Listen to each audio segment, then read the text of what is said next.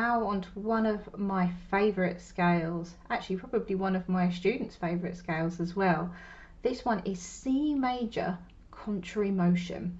In this grade, for grade 1 ABRSM, we're only doing this 1 octave.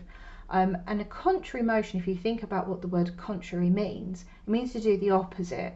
So for example, if I was to say to one of my children, stand up, they are more likely than anything to sit down. And this is kind of the way that we want to approach it with your hands. They're going to be sharing a middle C. Now those of you that know me, I have twin toddlers, and one of the things about twin toddlers is that they tend to go in completely opposite directions instead of walking nicely together. So when you think of contrary motion, just think of those two, and that will tell you exactly which scale you're going to be doing. So for C major contrary motion, we start with both thumbs on middle C, and this one, because it's only 1 octave, it only has 1 change, which is a 3 change. So this one should be fairly easy compared to some of the 2 octave scales that you've been doing. So we start with our C, we go out to your 3rd finger, this is where that cheeky thumb one's underneath, and finally we get to little finger, but we come straight back, and 3 gets revenge on that thumb.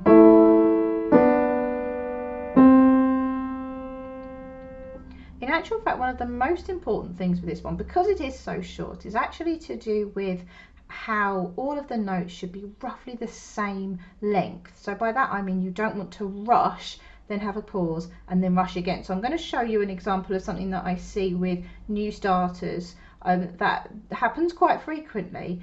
This is where we have the rushing syndrome.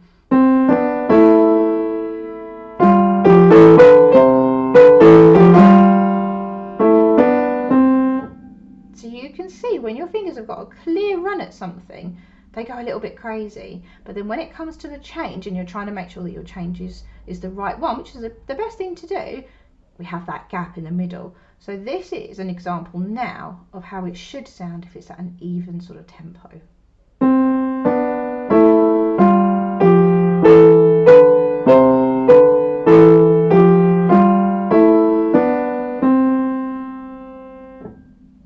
So you can see the way you want to approach this is to imagine that you're trying to disguise that change so that anybody watching or listening to you can't tell where it happened. They wouldn't know your secret to getting through that 1 octave and back again.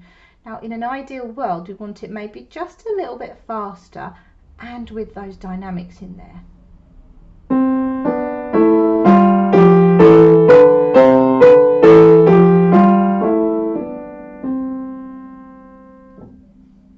Well done.